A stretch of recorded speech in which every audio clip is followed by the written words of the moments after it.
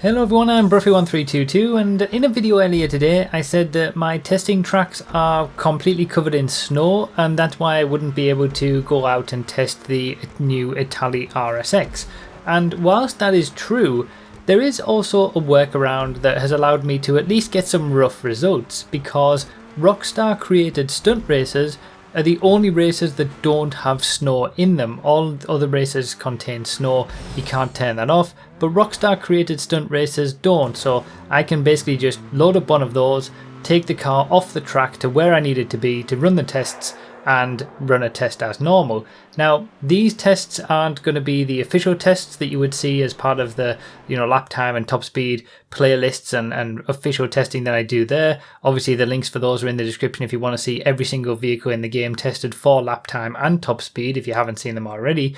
But it will at least be able to give some rough results that will at least inform you on where the Itali RSX is likely to be, so that you're not going to waste your money or anything like that. And I also know that around this time a lot of misinformation ends up getting spread about, so hopefully this video will at least serve to mitigate that a little bit until the snow leaves and I can do my official proper testing and give you the full results. So with the top speed testing, as we can see, I'm going to compare the RSX to the GTO and the Pariah. We saw that the RSX was quicker than the GTO, so definitely, closer to the 130 mile per hour range than the 120.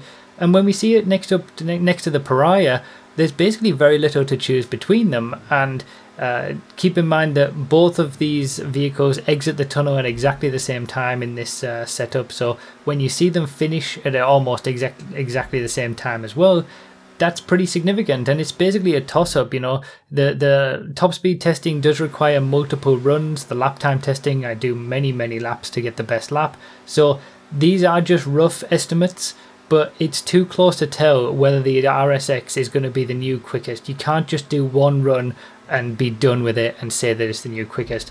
I'm going to have to do my multiple runs like I normally do, take averages, all that kind of stuff, and we'll see where it is. But at the moment, it was slightly behind the Pariah on that top speed run, but it's too close to call, really. When we finally get the results, when the snow's gone, keep an eye out for that. Make sure you're subscribed and all that kind of stuff, and keep an eye out for the sports cars update video, because the top speed looks very close indeed. It's certainly on Pariah level of top speed. Will it be slightly quicker? Will it be slightly slower?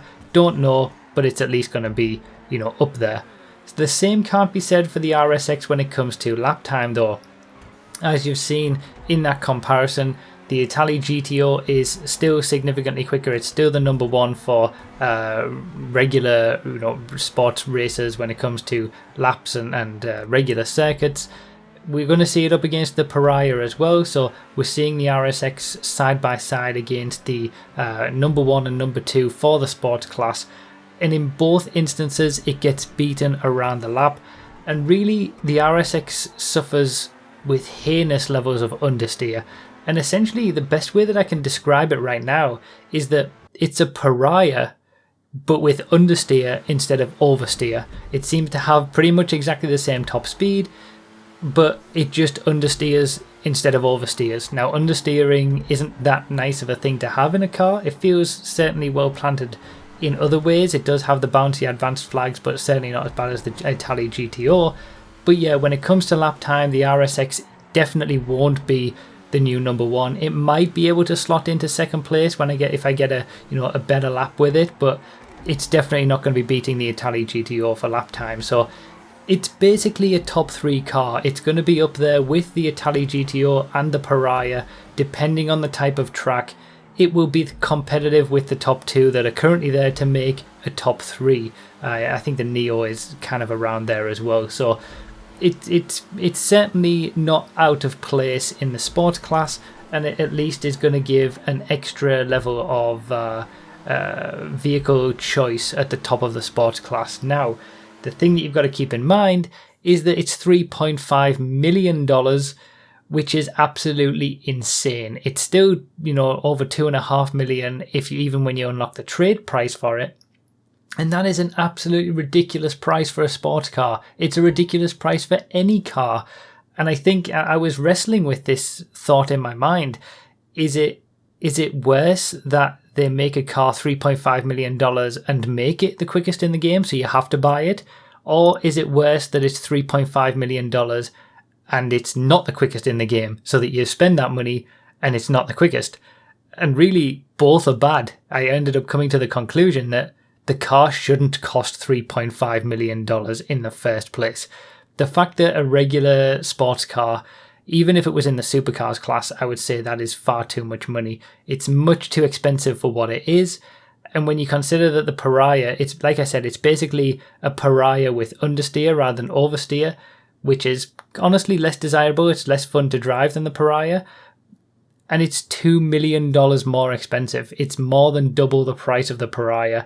It's much more expensive. It's over $1 million more expensive than the Itali GTO, which it's not quicker than when it comes to lap time. It's a very hard sell to be able to say, you know, go out and buy this car for that kind of price. That's what holds it back. If it was priced more like a normal sports car, even Pariah or Itali GTO levels of pricing, which even then is quite expensive to be honest, and still I think a little bit too expensive, I would say, yeah, it could be a fun car, but to buy it for the cost that it is right now, given its performance, which is good, but not fantastic, it's not, you know, class breaking or anything, which is a good thing, but the price is ridiculous regardless of what performance it had. So yeah, hopefully this video helps to give you a little bit more of an insight into how the RSX is going to perform. Like I said, keep an eye out for the full official lap time and top speed testing. This will obviously be coming when the snow has gone and I can actually do it properly, but this should be close enough to give you an idea of whereabouts it is in the whole listing. It's not going to be the quickest for lap time, and if it is the quickest for top speed, it's only going to be by a fraction of a mile per hour. And if it's not the quickest for top speed, it's also only going to be by a fraction of a mile per hour. So yeah, it's a Pariah, but with understeer instead of oversteer, for $3.5 million. You make your choice. That's it for this one, guys. Hopefully it helped. Like I said, keep subscribed and make sure you got notifications on for those official top speed and lap time testing when it's available. Thank you so much for all the support as always, and I'll see you next time.